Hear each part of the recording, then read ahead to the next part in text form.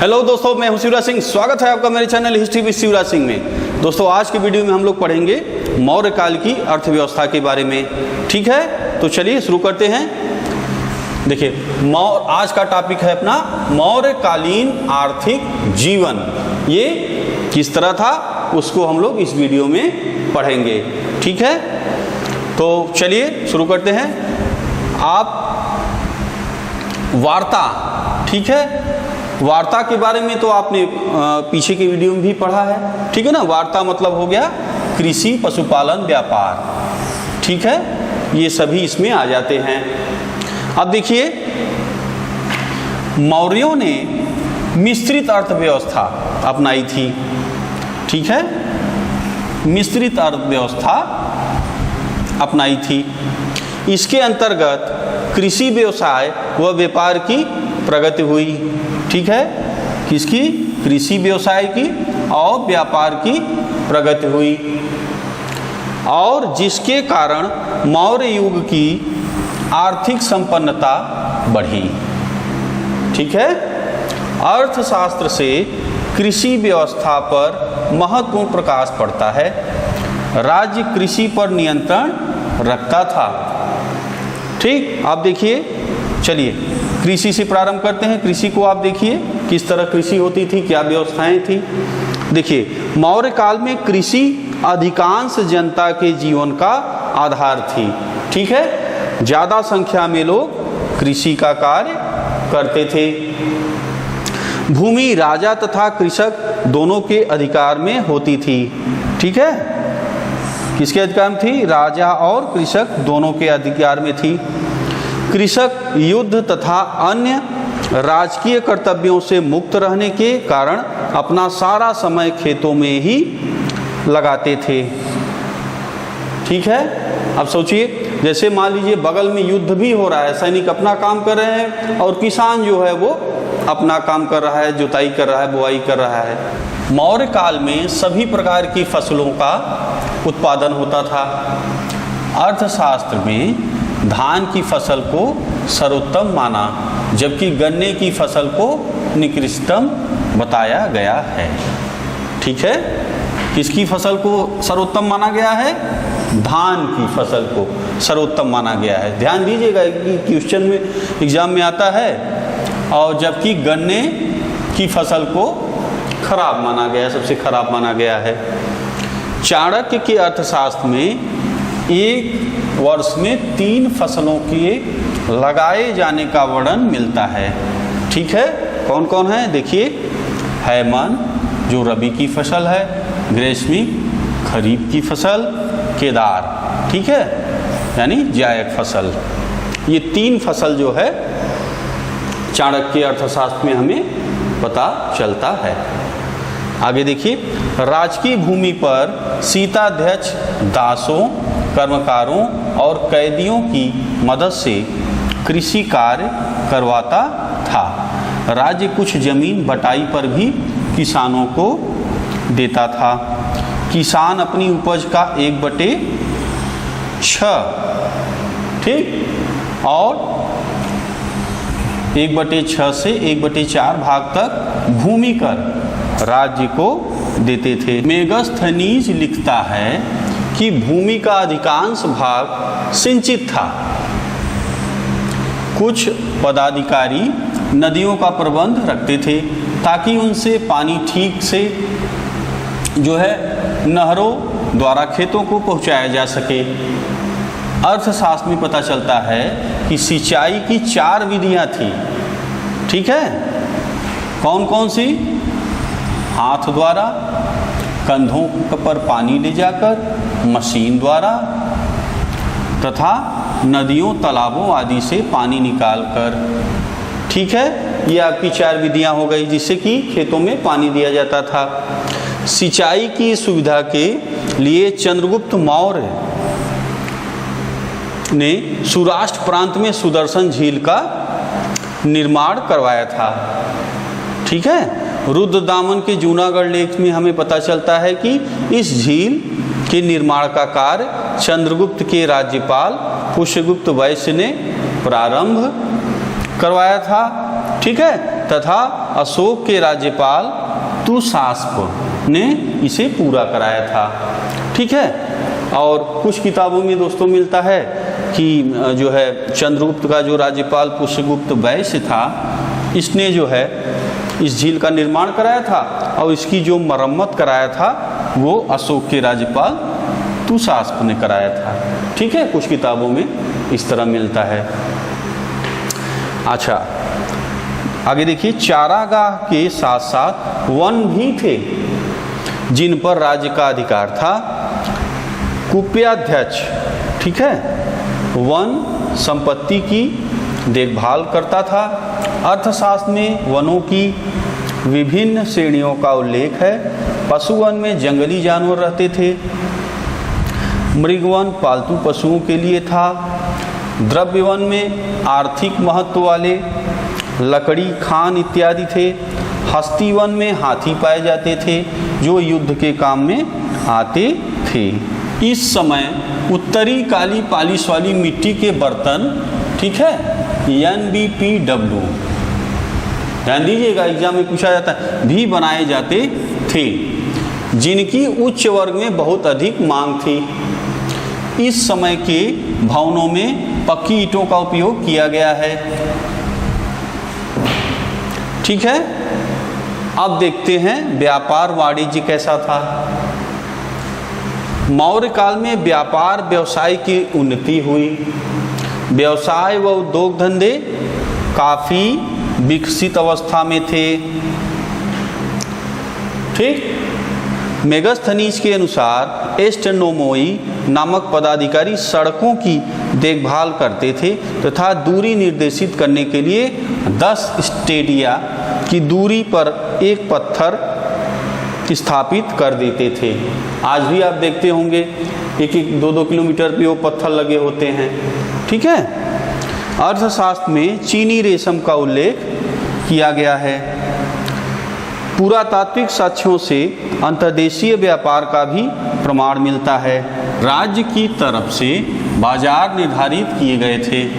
निश्चित बाजारों में ही सामानों की खरीद बिक्री हो सकती थी। पौतवाध्यक्ष नाप, तौल, बटखरे, बाजार तथा पांड्याध्यक्ष जो था व्यापार पर नियंत्रण रखता था। ठीक है। पौतवाध्यक्ष क्या करता था? पौतवाध्यक्ष क्या करता था? नाप, तौल, बटखरे, बाजार, ठीक है, तथा पांड्याध्यक्ष व्यापार पर नियंत्रण रखता था। अगला पॉइंट, उद्योग धंधों की संस्थाओं को श्रेणी कहा जाता था। श्रेणियों के पृथक न्यायालय होते थे जो व्यापार व्यवसाय से संबंधित विवादों का निपटारा करते थे। श्रेणी न्यायालय के प्रधान को महाश्रेष्ठी कहा जाता था। ठीक है। अब देखते हैं मुद्रा प्रणाली को। मुद्रा प्रणाली को देखते हैं। चलिए देखिए, मौर्य युग तक आते आते व्यापार व्यवसाय में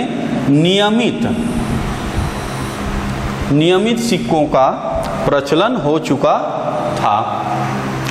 सिक्के सोने, चांदी तथा तांबे के बने होते थे। सोने के सिक्कों को क्या कहते थे? निष्क और सुवर्ण। ठीक है। चांदी के सिक्कों को क्या कहते थे? करशापण और धरण। तांबे के सिक्कों को मासक, काकड़ी। ठीक है। तांबे के सिक्कों को क्या कहते थे? मासक। ठीक है। और जो छोटे छोटे तांबे के सिक्के थे उसे कहा जाता था, ये देखिए, काकड़ी।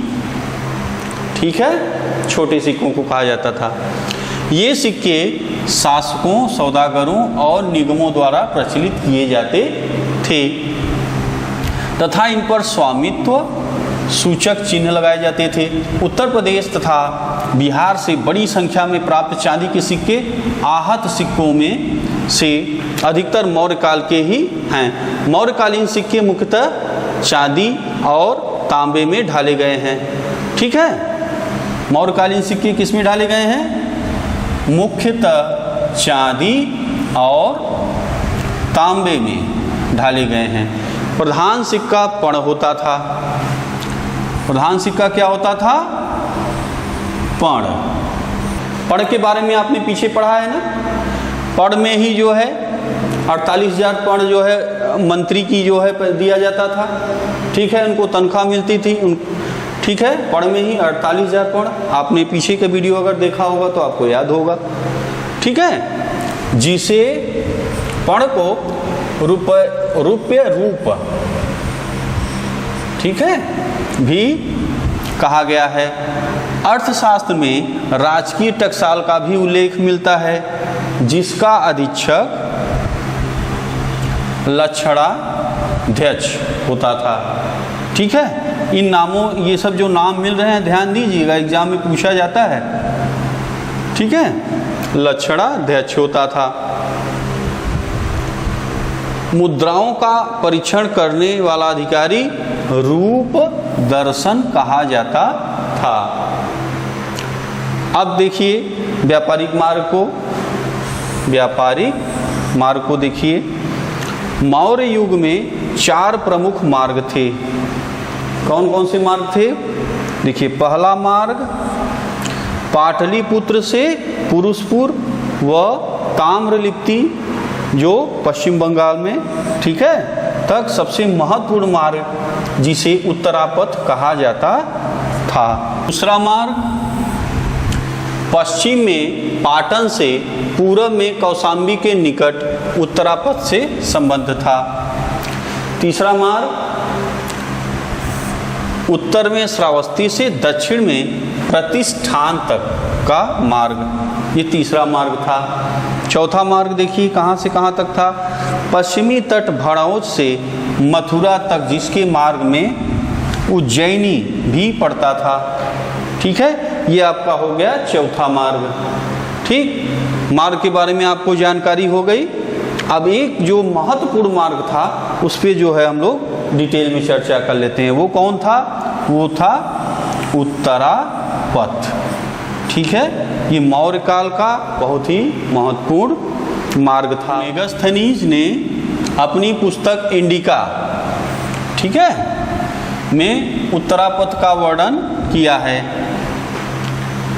ठीक है, अब ये सब आप अगर ध्यान से इसे पढ़ेंगे तो इसी में ही दोस्तों कई क्वेश्चन बन रहे हैं, ध्यान दीजिएगा। अब जैसे अब मान लीजिए पूछ दिया मेगास्थनीज की पुस्तक का नाम बताएं, तो हो जाएगा इंडिका। ठीक है, तो विस्तृत रूप से जब आप दोस्तों पढ़ेंगे तो चाहे वो ऑब्जेक्टिव टाइप का होगा, चाहे आपको रिटेन होगा, लॉन्ग टाइप, ऐसे टाइप, जो भी क्वेश्चन बनेंगे, अगर आप डीप नॉलेज है तो सारे क्वेश्चन आप आराम से कर लेंगे। ठीक है, तो जो मैं आपको लिखवाता हूँ, बताता हूँ, वो अच्छे से आप जो है ध्यान से देखा करिए, 2-3 बार वीडियो रिवाइज कर लिया करिए, जिससे जो है आपका अच्छे से हिस्ट्री तैयार हो जाए। ठीक है, अच्छा देखिए आगे, यह सड़क सिंधु को बंगाल के सोनार गांव से जोड़ती थी। इस सड़क का निर्माण चंद्रगुप्त मौर्य ने करवाया था। ठीक है, जिसे मौर्य युग में उत्तरापथ के नाम से जाना जाता था। आगे देखिए, मध्यकाल में शेरशाह सूरी ने इसी मार्ग को पक्की सड़क में परिवर्तित करके इसका नामकरण शेरशाह सूरी मार्ग हुआ। ठीक है, ब्रिटिश गवर्नर जनरल ऑकलैंड ने इसे ग्रांड ट्रक रोड, ठीक है, आज भी आप जीटी रोड का नाम जो है से नाम से जानते हैं, ग्रांड ट्रक रोड के नाम से। ठीक है, उसको जो है देखिए ऑकलैंड ने इसे grand truck road, GT road नाम दिया था। ठीक, तो आज दोस्तों ये आपका हो गया मौर्यकालीन की जो अर्थव्यवस्था थी, उसको जो है आपने पढ़ा आज की वीडियो में। तो बस दोस्तों आज इतना ही। मिलेंगे आपसे अगले वीडियो में। अगर दोस्तों वीडियो अच्छा लगा हो तो लाइक, सब्सक्राइब, शेयर जरूर करिएगा।